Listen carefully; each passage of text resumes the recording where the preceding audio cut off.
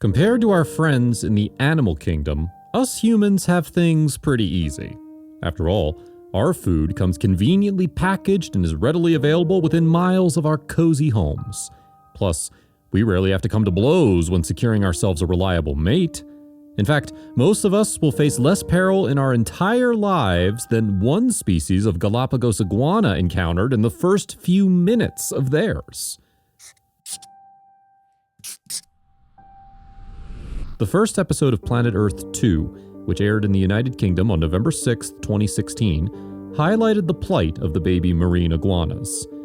This follow-up series came a full decade after the original show and was welcomed by wildlife aficionados and Sir David Attenborough fans alike. I'm David Attenborough, and I am 93. In fact, there has been much anticipation surrounding the new series. For starters, each episode of the documentary was shot in ultra-high definition. The ambitious project also filmed in 40 countries across the globe and captured never-before-seen footage of animals in their natural environment. The epic scale and ambition of this series is second to none. BBC executive producer Mike Gutton teased, "It will be a truly immersive experience, providing audiences with a unique perspective on the most extraordinary places and animals on our planet."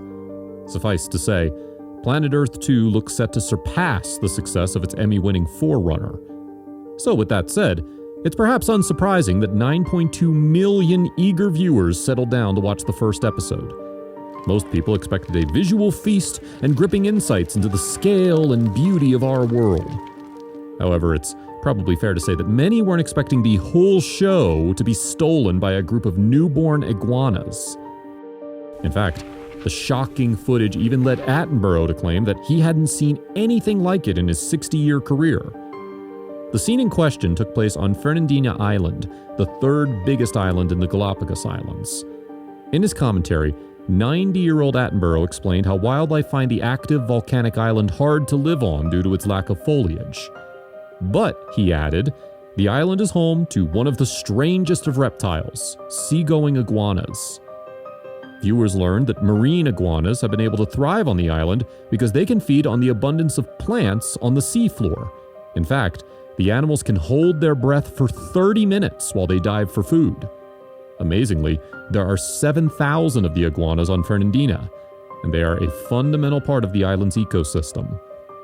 The documentary then turns its attention to the formative moments in a marine iguana's life, and the gripping footage had people cowering on the edge of their seats. Some viewers even described it as the stuff of nightmares. The scene follows baby marine iguanas as they hatch from their eggs and emerge from the sand for the very first time. They must join the adults at the edge of the sea, but the journey will be a dangerous one, Attenborough warned in his narration. Then, without warning, a solitary snake follows one tiny iguana as it makes its way across the sand. All at once, though, a whole clan of hungry serpents joins the single snake. But what began as a slow-paced stalk soon descends into a full-on chase as the tiny iguana and its kin race to get off the lunch menu. Fortunately, despite the speedy snakes being incredibly fast, some babies are able to outrun their predators. Ultimately, however, some of the snakes catch a meal. And as all the iguanas hatch together in the month of June, any snake that missed its food just has to wait a little bit longer for another chance. This is the best feeding opportunity they will get all year. Gruesomely, the extraordinary footage shows the snakes ambushing their prey in the rocks and then squeezing the life from their tiny bodies. It's clear that the other hatchlings emerging from the sand are soon fully aware of the hazardous journey they face.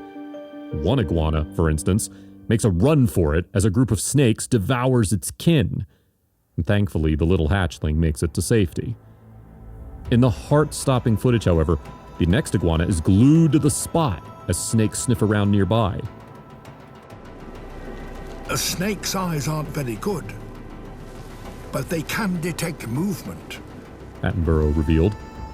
However, one sneaky snake spots the iguana and gets tantalizingly close to its tail. The baby sprints for its life toward the shore, but dozens of snakes follow in hot pursuit. Soon, then, the gang of snakes have the iguana surrounded and in their deadly grip. But just as the snakes start to constrict in unison, the iguana miraculously manages to escape. The dramatic chase resumes. The iguana scurries up the rocks to the nearby beach, and snake after snake hurls themselves at it, snapping their fangs as they go.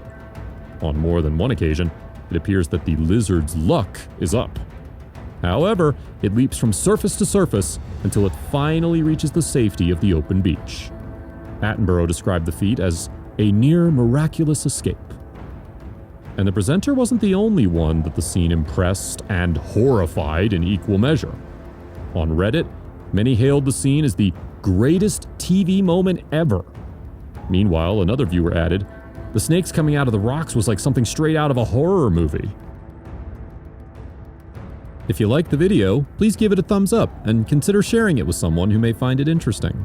Thanks for watching, and see you in the next one.